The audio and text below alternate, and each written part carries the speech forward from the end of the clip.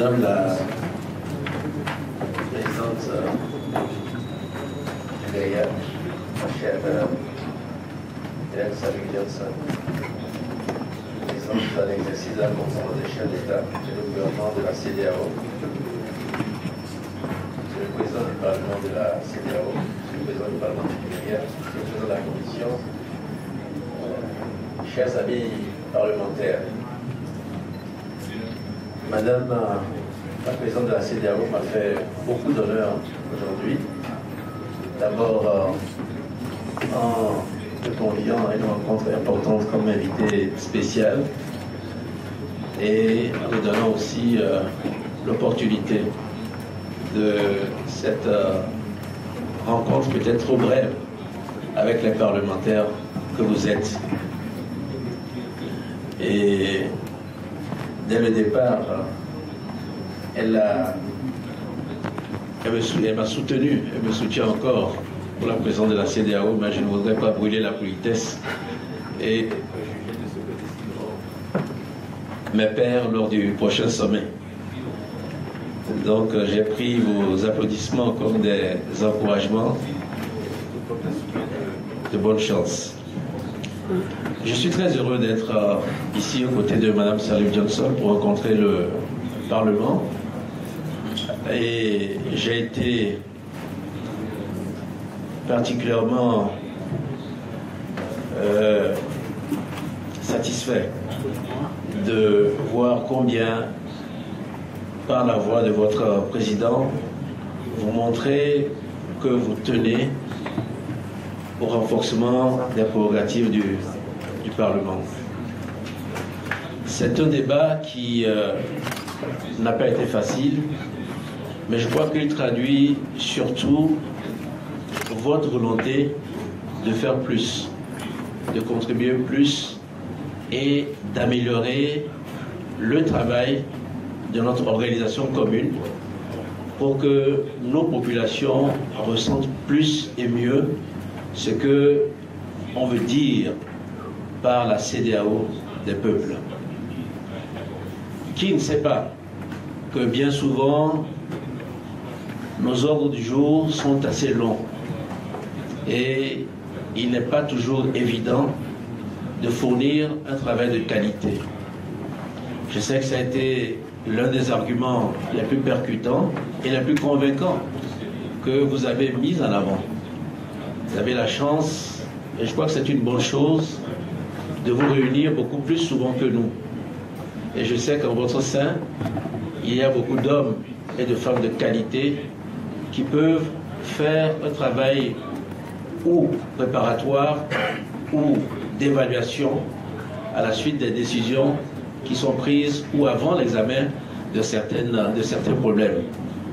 Donc, à la suite de notre collègue Mme Johnson, je crois que tous les chefs d'État soutiendront ce combat que vous menez, qui, à mon avis, ne fait que commencer.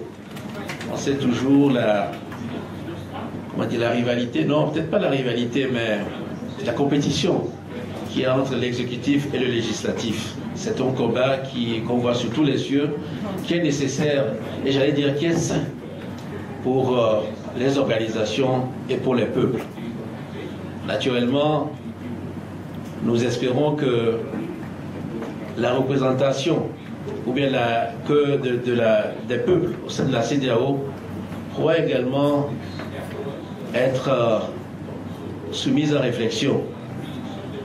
Peut-être que nous devions faire plus pour rapprocher les représentants des peuples à la CEDEAO des peuples, par un mode de désignation un peu plus démocratique.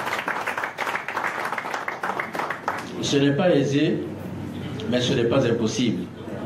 Et si vous voulez avoir plus de prérogatives, à mon avis, cela devra aller de pair avec un mode de désignation qui se rapproche de plus en plus du suffrage universel direct. Mais ceci est un débat que nous aurons nécessairement plus tard. Car voyez-vous, je disais aux ambassadeurs que la CEDEAO, à sa création, était conçue comme un outil de développement économique. Nos marchés étaient trop étroits et nous voulions avoir des marchés plus vastes pour soutenir notre industrialisation. Mais chemin faisant, nous nous sommes rendus compte que cela ne pouvait se faire sans la paix et la sécurité qui, à un moment donné, se trouvaient menacées dans notre sous-région. Et puis, il y a eu les processus démocratiques. Les élections, les disputes électorales sont devenues source de problèmes et de déstabilisation. Mais notre organisation a su s'adapter. Puis, vers les problèmes ethniques dans nos pays. Là également, nous avons su nous adapter jusqu'à la terrible épreuve d'Ebola et du terrorisme que nous connaissons aujourd'hui. On dit toujours qu'une épreuve qui ne vous vainc pas ou bien qui ne vous abat pas vous renforce. Et la CEDEAO survit et se renforce chaque jour davantage. Mais ces organes aussi doivent évoluer. Et le combat que vous menez en réclamant plus de prérogatives, je crois, va dans ce sens. Il y aura bien d'autres combats qui sont devant nous. Après le législatif, il y aura le judiciaire. Quoique je trouve que la Cour de justice de la CEDEAO est assez vigoureuse et travaille bien, mais c'est un voyage sans fin, parce que la perfection n'est pas de ce monde. Il faut toujours s'améliorer, il faut toujours se renforcer. Je finirai par rendre hommage à la présidente de la CEDEAO pour le travail qu'elle a abattu à la tête de notre organisation depuis qu'elle en a pris les rênes. Elle a fait un travail remarquable, elle a renforcé notre organisation, elle l'a portée haut. C'est une organisation qui est aujourd'hui beaucoup plus crédible, plus efficace. Et je crois qu'elle fait honneur aux femmes de notre sous-région. Et je pense que c'est aussi une contribution inestimable à la femme africaine.